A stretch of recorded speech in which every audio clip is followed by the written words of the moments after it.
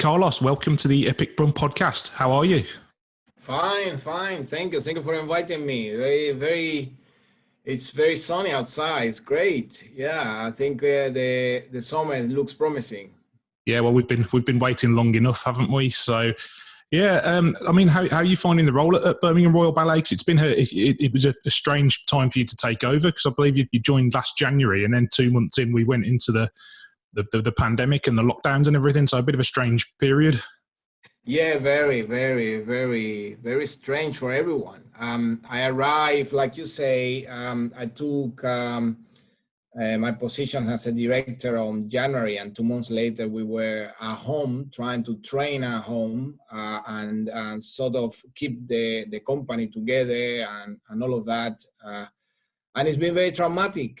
I think not being able to what the lockdown means for the institution. We had to preserve our finances, but at the same time, we are all about performing to an audience. So how do you make it work? And so from an early stage, I developed a program. It's what I call like a survival mode program, that it was easy enough to put together outdoors, wherever we could find, in libraries, in tennis club or whatever, because at that point we knew that the theater they're going to be closed, and we would have lose our base. And then immediately we changed over all of our season online, because that was the only way to keep us connecting to our audience. And in all, it's been, a very, very bumpy ride.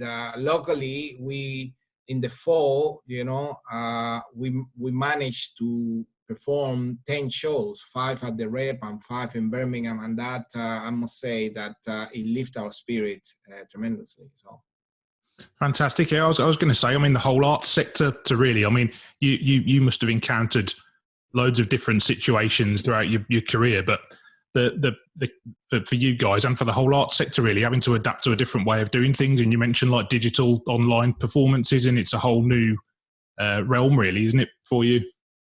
Yeah, because we didn't have the capabilities for it. I wanted to develop our digital strategy more and have more presence online anyway, but it means that we had to accelerate all those plans that eventually will happen and implemented it then, because the only way was to find space, perform, and stream, and that was also the only way to sort of bring some money into the company, and at the same time keep people on the loop of what we're doing. And you can imagine how frustrating it was for me, that I thought that I had this momentum, and Carlos is coming to town, and all this, come and check it out, and then that's it. We were not able to put my vision in place, and so that was very frustrating, and not being able to do my program how I envisioned for the company, and readapt and quickly trying to find ways to connect online. But nevertheless. We ballet dancers are very resilient. So, and I am very resilient. I'm all about trying to work with obstacles and trying to create solutions. From my early stage in my life, that's what I've always been about. So when people see obstacles, I see a way to grow and to come up with solutions that eventually to make you evolve and learn a lot of things. So I think, for us, it's been hard, but nevertheless, we knew that we had to push through and survive, and survive we have. Yeah, absolutely. And we're going to talk shortly about what you've got coming up, because you've got some exciting pieces coming up in the next month or so. But it must be such a relief to finally be able to get back performing in front of a real live audiences. Well, that's what we're all about. I mean, if you don't have that kind of rapport simultaneously, if you don't perform to an audience, then we lose our essence. it is essential to us to face an audience, and even online, even when you put your pieces online, is the next best thing. But what it really we are all about is to have these simultaneous reports where I give you and I receive right then. But also, just to be on the stage, knowing that people are watching out there, all that kind of rapport, that is essential to our art form. I think, we lost all that, but now we're ready to face the audience again. I think, with all the programs of vaccinations in place, it means that people safely can easily return. And that's good, because it's about time now. We've been waiting for a long time. And I think, it's going to be an explosion from the dancers for the desire of finally, being able to perform live to an audience that we've been waiting for. Yeah, there must be. Well, I mean, whether you're a dancer or you're a sportsman or you're a musician, there's an energy that's kind of not there if there's no audience, isn't there? And, But it's also an investment, being, we are athletes, high athletes, skilled athletes at the level of sports people as well. And so to protect that skill, we've been preparing for decades, since we were 9-10 years old, to get to a level. And now that it was in that investment, that effort that we put up for decades is been in danger because we didn't have the space. We couldn't push the body 8 hours a day like we normally do. And we were at home, training at home in the kitchen and in the living room. I mean, these are bodies that are like Formula One cars. They need to be pushed and they need to be run fast. And, and all the suddenly, we just didn't have the space. We didn't have the time to allow the exercises and to preserve this investment. So I think I was always very aware of that, how dangerous would be if all we have is just going to a studio and trying to rehearse with bubble, with mask, but not having an end, not having a show ultimately. How long you could carry on like that without a show? What happens is sooner or later you lose motivation, you lose encouragement, and then you have no company. So I think, I think I'm very pleased that now, finally the doors are going to be open and we're going to be on stage again. Yeah, it's really exciting for everybody, for the whole art sector really as well. Going back a step pre-pandemic, then, because you've been here just over, well, it's nearly 18 months now, isn't it? What were your first impressions of Birmingham when you arrived here? Well, I feel at home here. This is just an amazing city. It's large. It's very cosmopolitan. Anybody, that coming to the city can find its own place. And I tell you, I'm Cuban, and I just don't feel like I'm an outsider at all. I think it's a great thing. It's very warm. I think there are a lot of things that I would like to visit that I couldn't so far because the lockdown, the Black Country, I don't know. I would like to travel around and see as well, this part of Midlands and the city as well.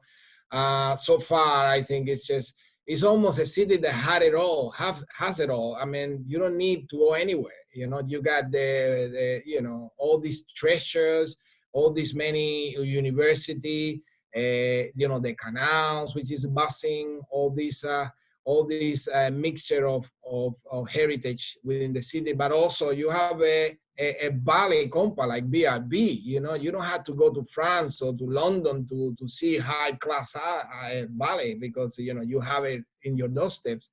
And all the many theater, all the artistic institutions. You got Sampad, Ace as well, which is amazing. I mean, it's a well of treasures. I think Birmingham people, I think they are very lucky.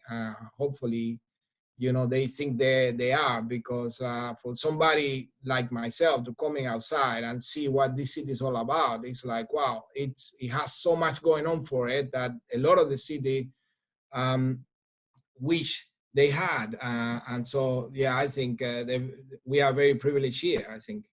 Yeah, well, you're really lucky actually that you've come here when we're really on the up at the moment, and there's a real momentum about Birmingham, because I think if you'd have arrived maybe 10, 15 years ago, we weren't in such a good place as a city, but we really feel like there's a renaissance at the moment, and we're set up nicely for the next kind of 5, 10, 15 years. And but it's interesting you said about having a world-class Royal Ballet company here, then you don't have to go elsewhere. So presumably that was a big attraction, the reputation of Birmingham Royal Ballet itself around the world.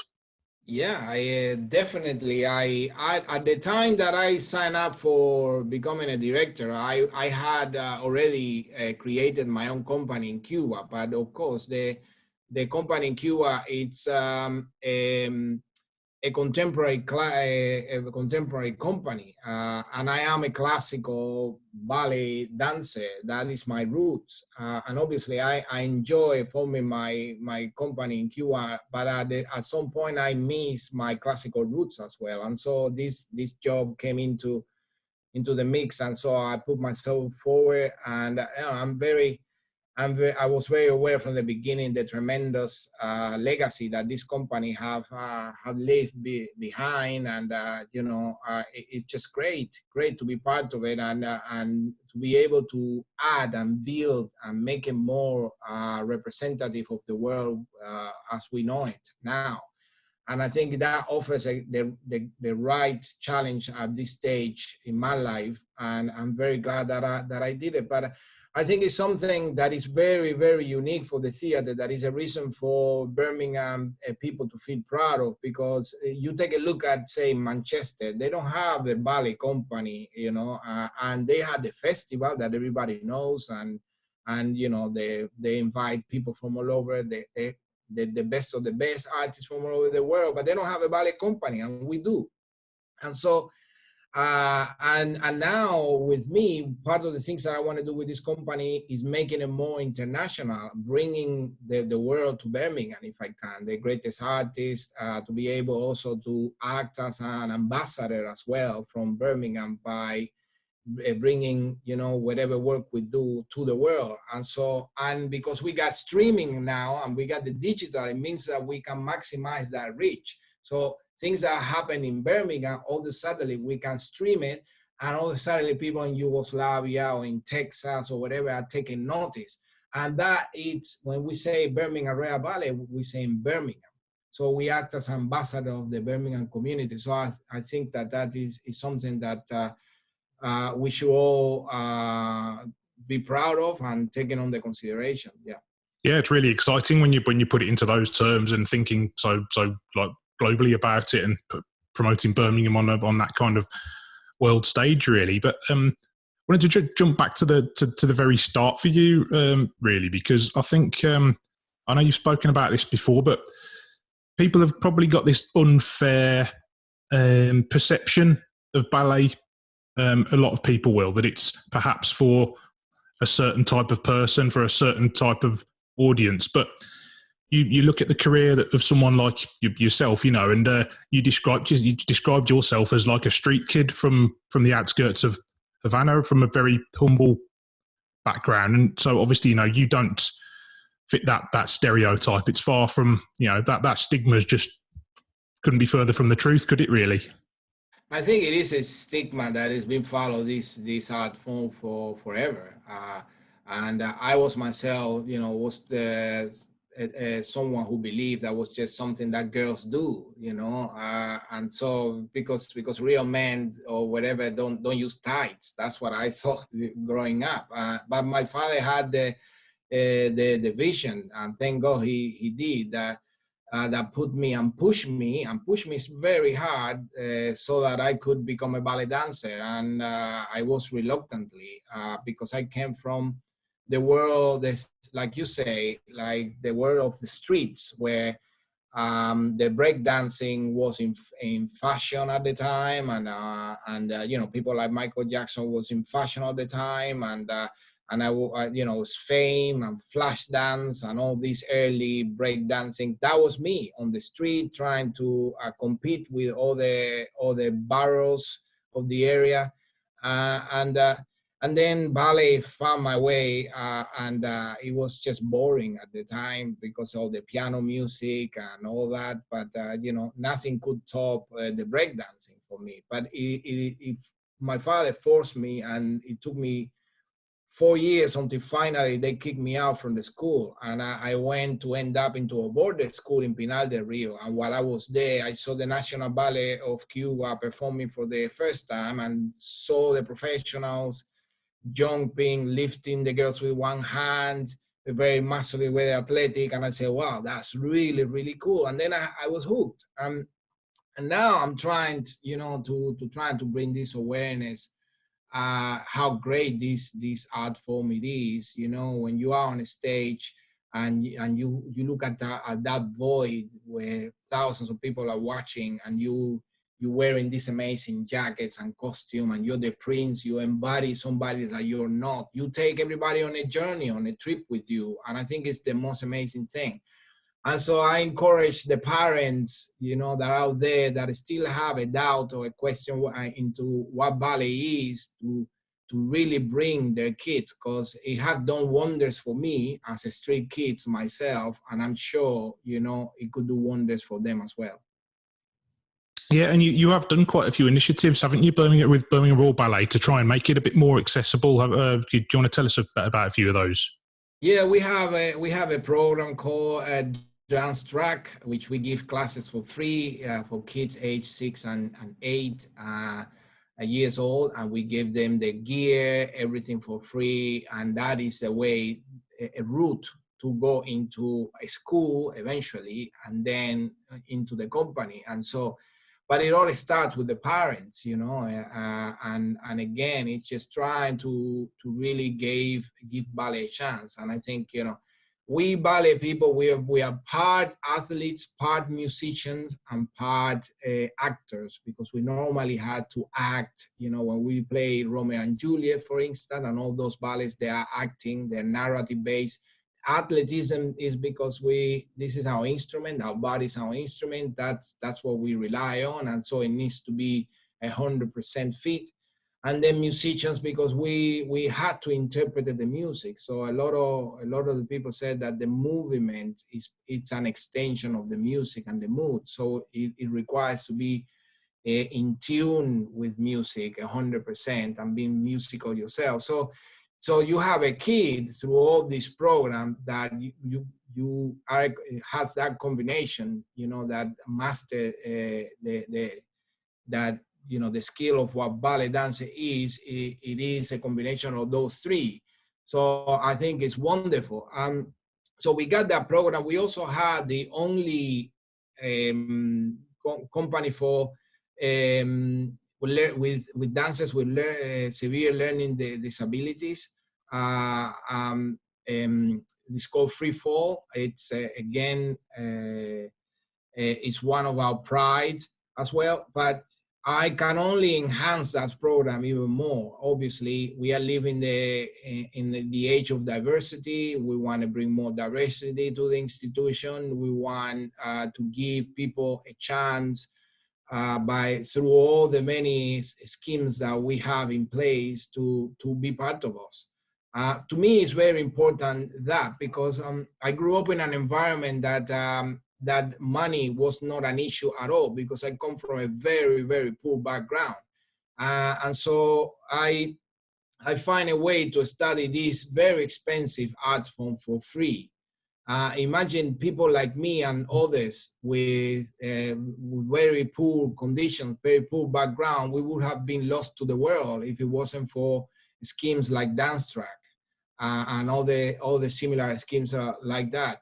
So I think it is important to give a kid who is talented but who cannot pay the chance. I think it's only fair. So I think we're really trying very hard for it here in Birmingham. Yeah, and I think, as you've said, and many people have said about how diverse and culturally diverse Birmingham is. It's one of the most beautiful things about the city, really. And it'd be a shame to not be able to reach people from all those different backgrounds, wouldn't it? Yeah, no, definitely. I mean, but it all comes, I always say it takes two to tango. You know, we had the program, we had the scheme, but the parents had to take the kids to enroll them in this program because we can only open the door, but then, you know, it is up to the parents to really come and watch the Nutcracker, come and be, you know, enrolled their kids into this world. Uh, and I think at the moment, the world is changing constantly. You got a director like myself from Cuba, which is, you know, it's black. And I think that is the right kind of representation of the world that we see today. Now, when I arrived here in the 90s, it wasn't like that.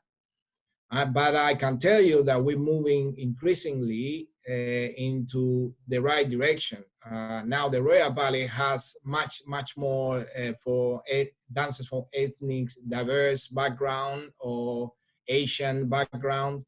I find boys the other day, one boy who came from Iran, really a tall boy. There were two boys from India, something that years back were unheard of.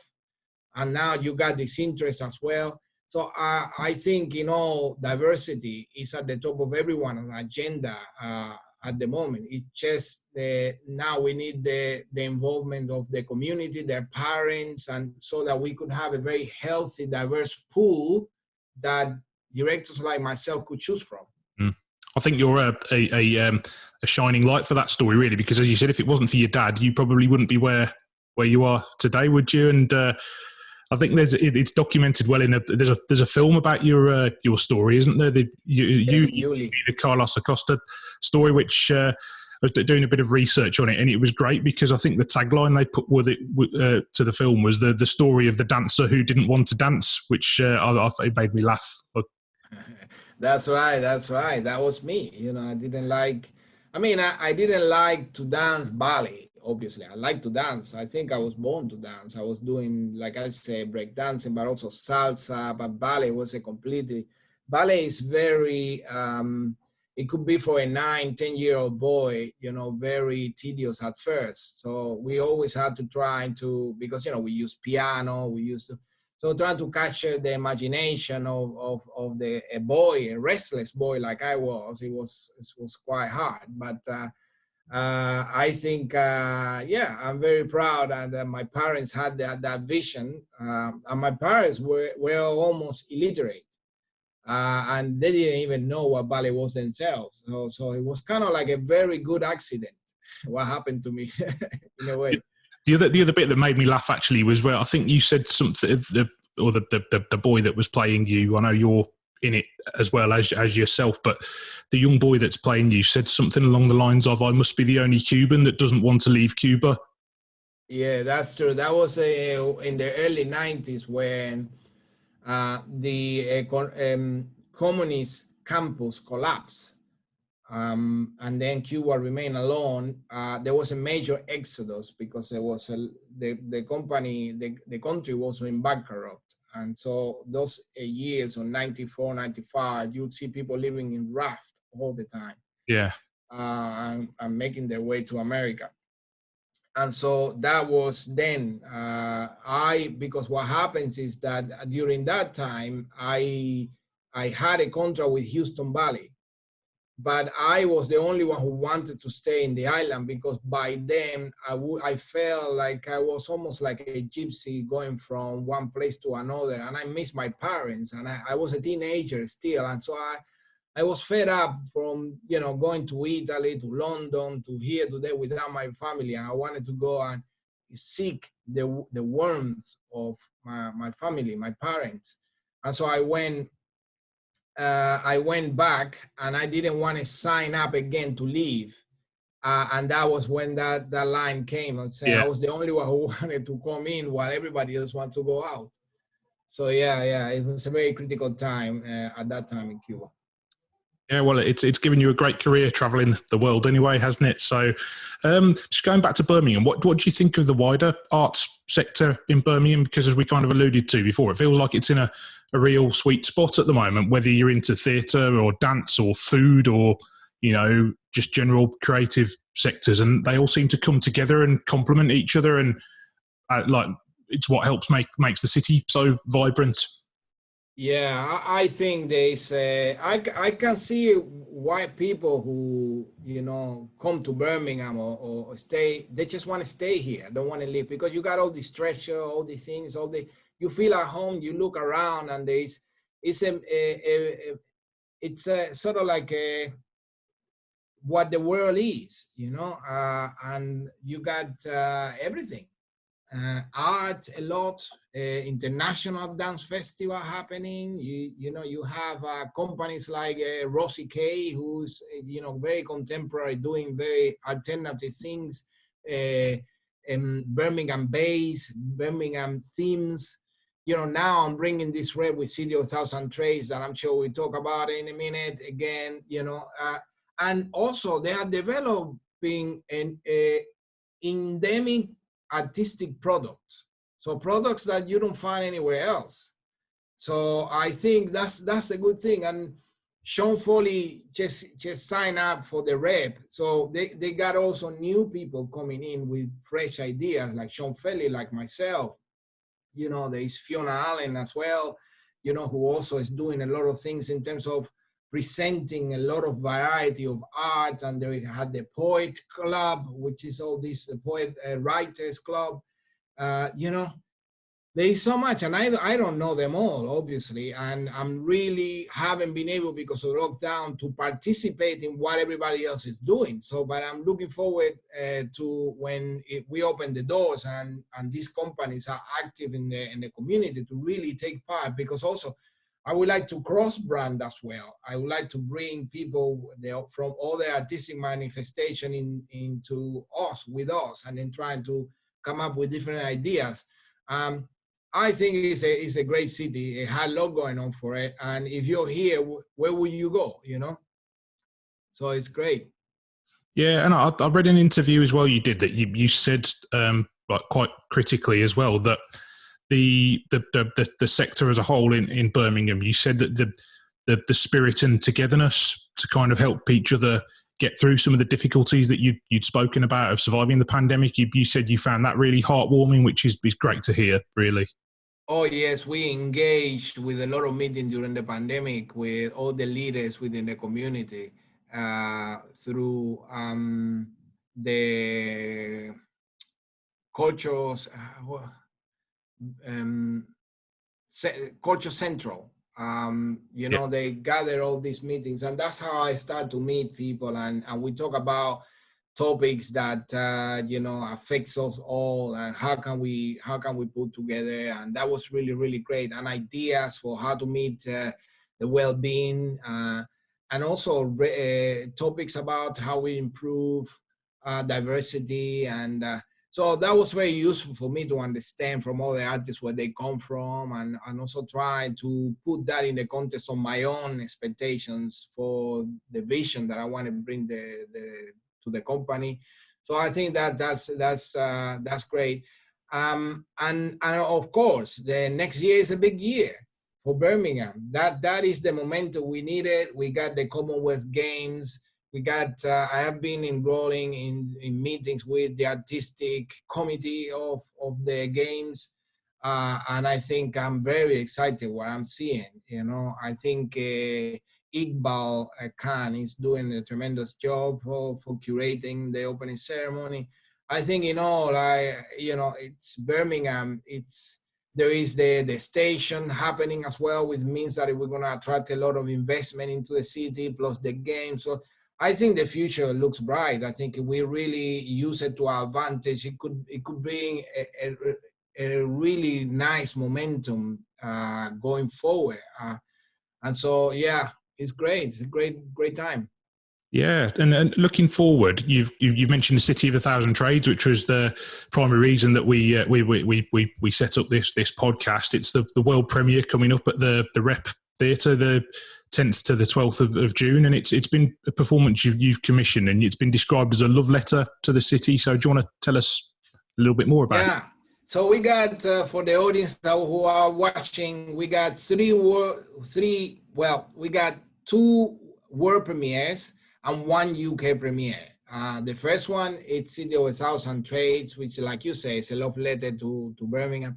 One of the things that I keep hearing is from us is that we need to come up with repertoire that are more representative to the city and the community, and that's why this idea came from. This is a choreography that speaks about all these many generations coming from all walks of life, all sorts of parts of the world, coming here into the space that is Birmingham and build the city through generations.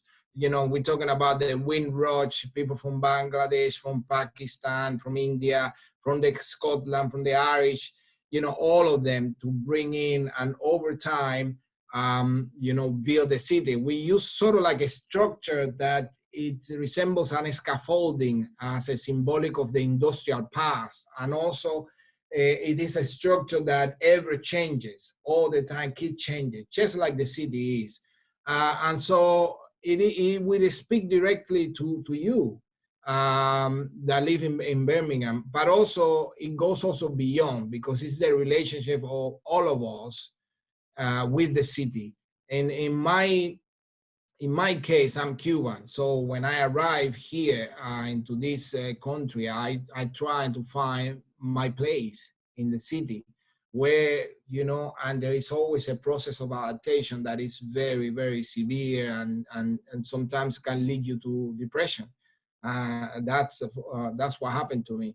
But then there is, you cross that, and then finally, you know, the city give you a space and embrace you and claim you as one of their own. And I think that's what it talks about. And I think that right now the score that we got commissioned by a musician called Matthias Koppen,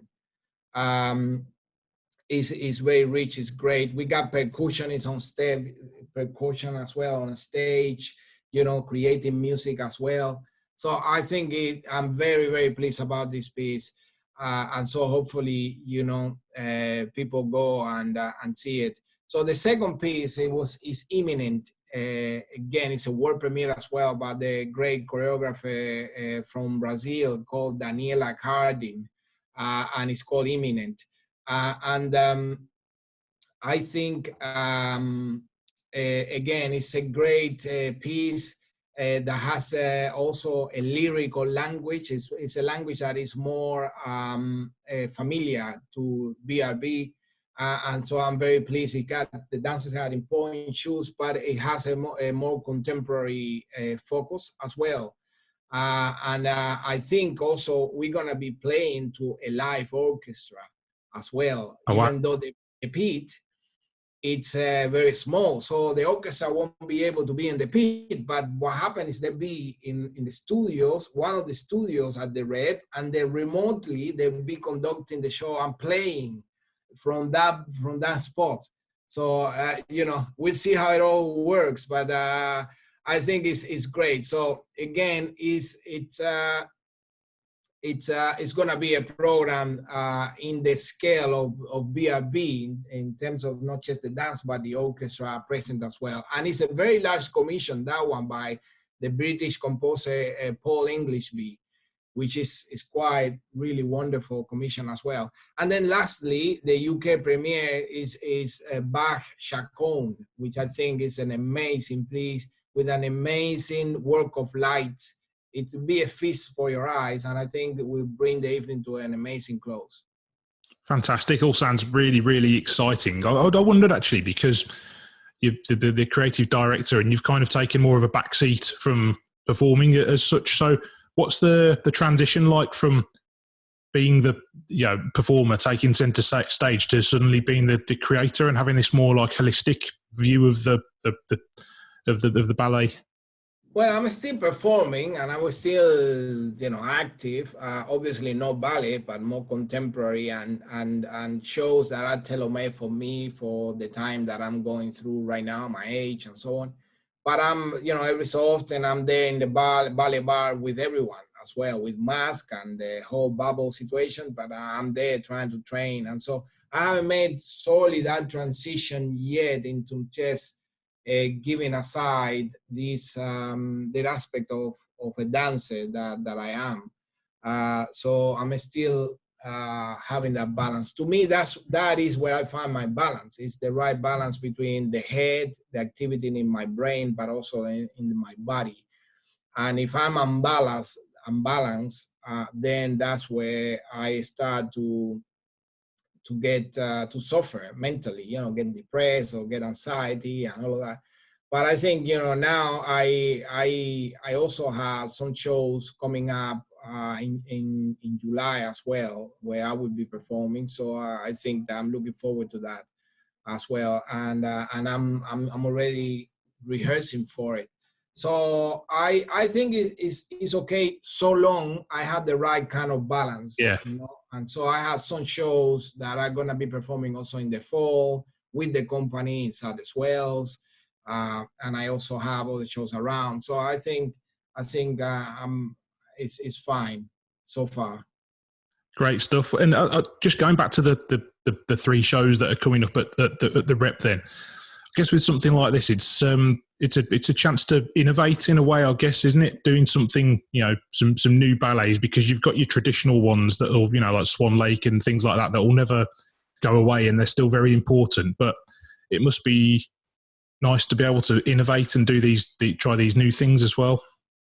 Yeah, ballet was born a long time ago in the 1500s, so that's how old we are. We are the oldest dance manifestation that we know for theater. You take a look at Isadora Duncan, when she take the shoes off and was dancing through all Europe shoeless, in the 1900s. We were 500 years old already, So I think, we inherit all this work, which again is a major investment because it all costs. And I think they're timeless. They are a jewelry piece, like for a museum. But it doesn't represent who we are today. And I really would like us to have a voice, because when you look at from the future into the past, we need to make a contribution to that course of time as well, and a legacy. And so the Swan Lake doesn't really represent us because it was born in the 1800s, but City of 1,000 Trade does. So that is the way that we build on top of what we inherit, what we got. And then you see a before and an after. And then you could see where we are in the context of evolution. And this is something that I'm pretty much having in my mind. I need to be able to bring something to the table, because otherwise it seems like we never existed. We just ride through using the vehicle of the past, and then where are we in the context of history? So we got City of 1,000 Trades, for instance, and many other titles that will be coming our way for in the future that I will be more representative. But also the aesthetics, the look. When you look at the stage now, a company like Birmingham Royal Ballet is one of the most diverse countries in the nation. And now that is an expression of who we are, the globalization that the world is facing, and therefore the representation of stage, it has to be the right one. That speaks of our time. So I think in answer to your question, yes, the Swan Lake always going to be around, but the Swan Lake comes as a part of a package as a company, because we have all these many shows a year. So that plays a role, but as a package, we had to make a package that is more diverse in choices, artistic choices that we put out. And the company is going to feel modern. When you come and see this triple bill, and immediately after we got Cinderella, with again, it's the past, but with the future or the present, it will feel like a modern company, it's no longer the company that is rooted into the past. Yeah, well, you'd like to think in another 500 years, people will look back and see what Birmingham Royal Ballet and what their contribution was to the history of it, just like you said about those early days in the 1500s that are the sort of reference point So Exactly. yeah, well, it's been really great to chat to you anyway, Carlos. And you know, we're passionate about Birmingham, but it's always lovely to get a take on it from somebody who's not only come from another place, but chosen to be here as well for a reason. It's always lovely to get that take. But just wanted to finish off the last question. It's the Epic Brum podcast, so we always finish by asking our guests what makes Birmingham epic.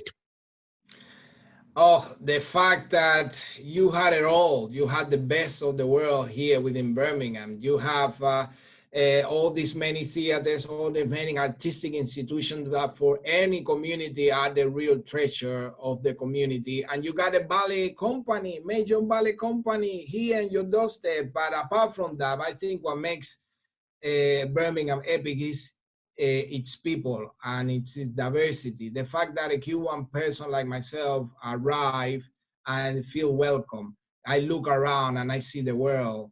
I see people from Bangladesh, from Pakistan. That makes this Cuban person very welcome. So I think if everything is epic about Birmingham, it's actually its people. Fantastic. Well, that's a great way to sign off. And good luck with the performances that are coming up this month. Really hope they go well. I'm sure they will. It's been a long time coming. So, yeah, thank you. Thank you very much for inviting me.